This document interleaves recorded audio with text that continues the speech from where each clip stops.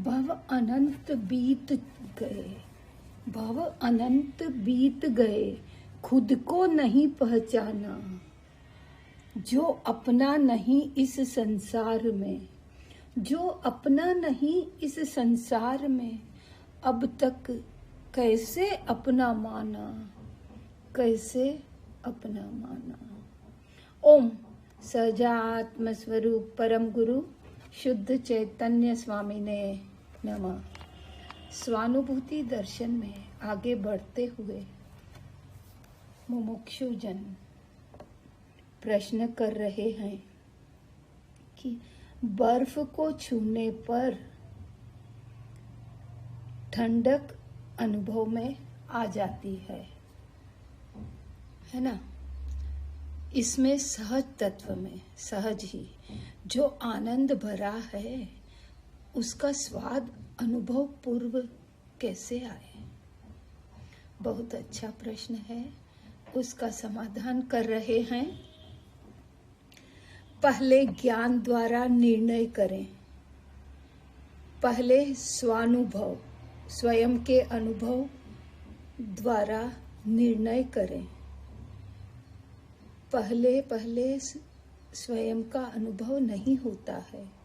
पहले आगम युक्ति और परीक्षा करके लक्षण को पहचान कर निर्णय करें कि मैं शुद्ध आत्मा ही हूँ, मैं त्रिकाली ध्रुव तत्व ही हूँ। स्वयं लक्षण युक्ति निर्णय करके आगे बढ़ता है। पहले अनुभव में कहाँ से आएगा, उसका पुरुषार्थ करना पड़ेगा ना, तभी तो अनुभव में आएगा। अगला प्रश्न कर रहे हैं, अनुभव से पूर्व भी पक्का निर्णय हो जाता है कि यही मेरा उपादेय तत्व है। समाधान दे रहे हैं उसका, हाँ, पहले पक्का निर्णय हो जाता है कि यही मेरा उपादेय तत्व है। उसमें आनंद है, अनंत शक्ति और विभूति भरी हुई है। भले अनुभव में नहीं है तो क्या हुआ, पहले निर्णय हो जाता है कि मुझ में अनंत शक्ति, अनंत आनंद, अनंत ज्ञान, अनंत वीर्य मुझ में है। मैं अपार वैभव का स्वामी हूँ। यह निर्णय पहले हो जाता है।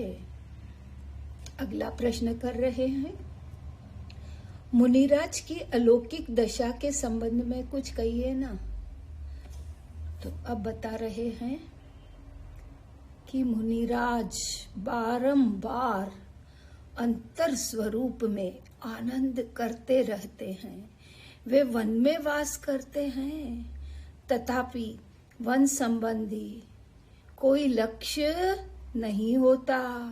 एक आत्मा को ही देखते हैं।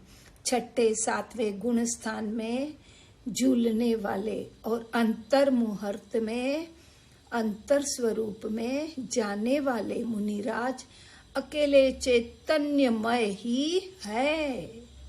चैतन्य में ही निवास करने वाले ऐसे मुनिराज को आहार का या बाहर का कोई लक्ष्य ही नहीं होता।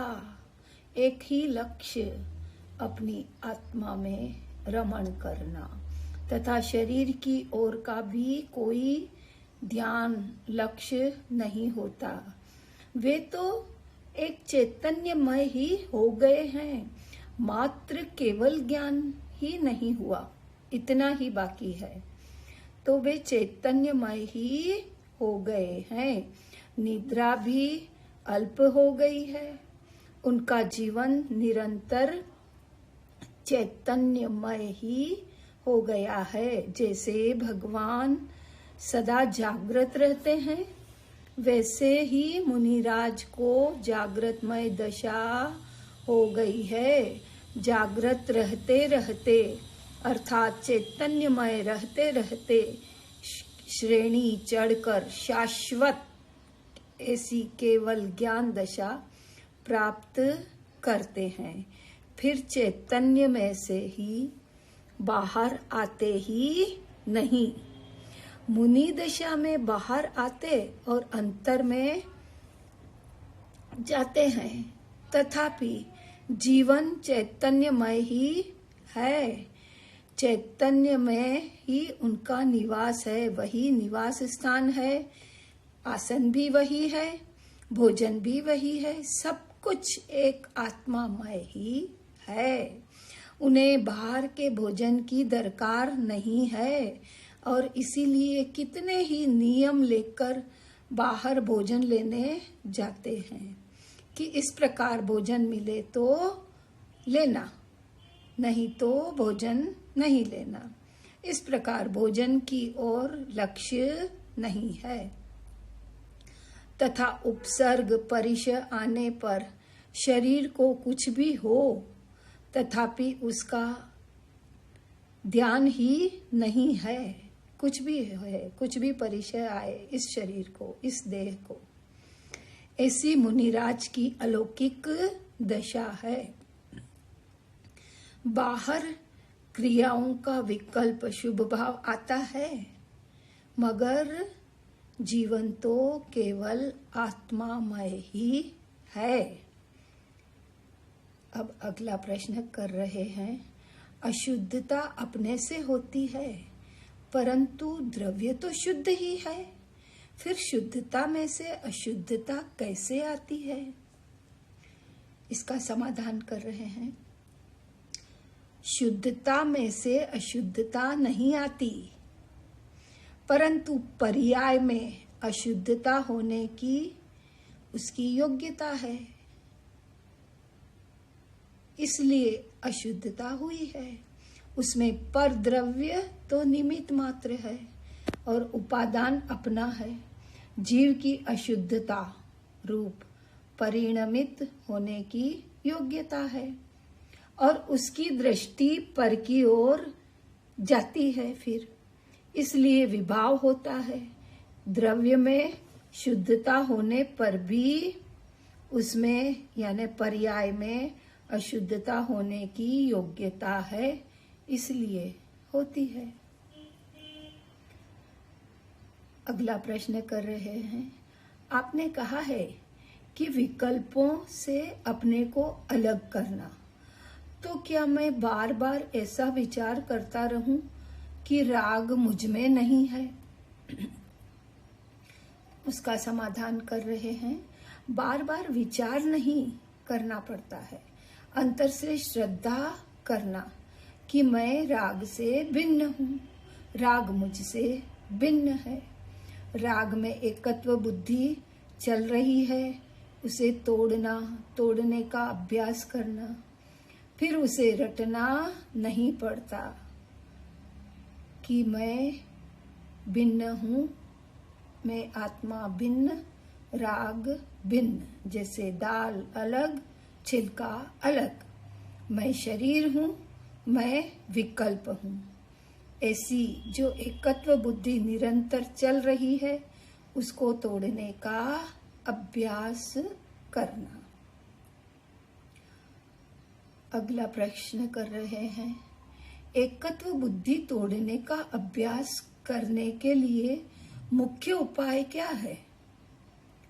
उसका समाधान कर रहे हैं, आत्मा की रुचि महिमा करना, स्वभाव की महिमा आए, बाहर में सुख चैन न लगे और भीतर ही चैन लगे, वह उपाय है।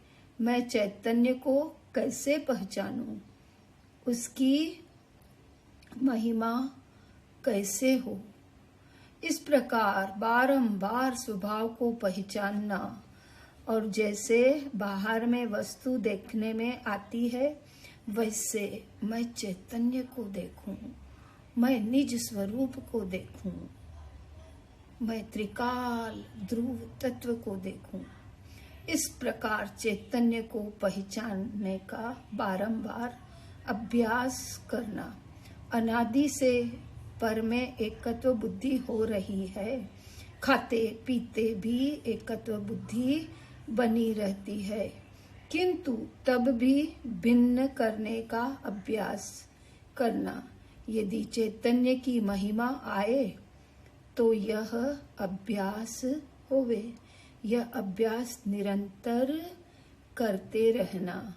हे आत्मार्थी बंधुवर, हमें भी चैतन्य की महिमा लानी है अपने भीतर। खाते पीते सोते बैठते चैतन्य चैतन्य चैतन्य, मैं चैतन्य स्वभावी भगवान आत्मा ही हूँ। यह अभ्यास निरंतर करते रहना है इन्हीं भावनाओं के साथ। ओम नमः सिद्धम, ओम नमः सिद्धम, ओम नमः सिद्धम।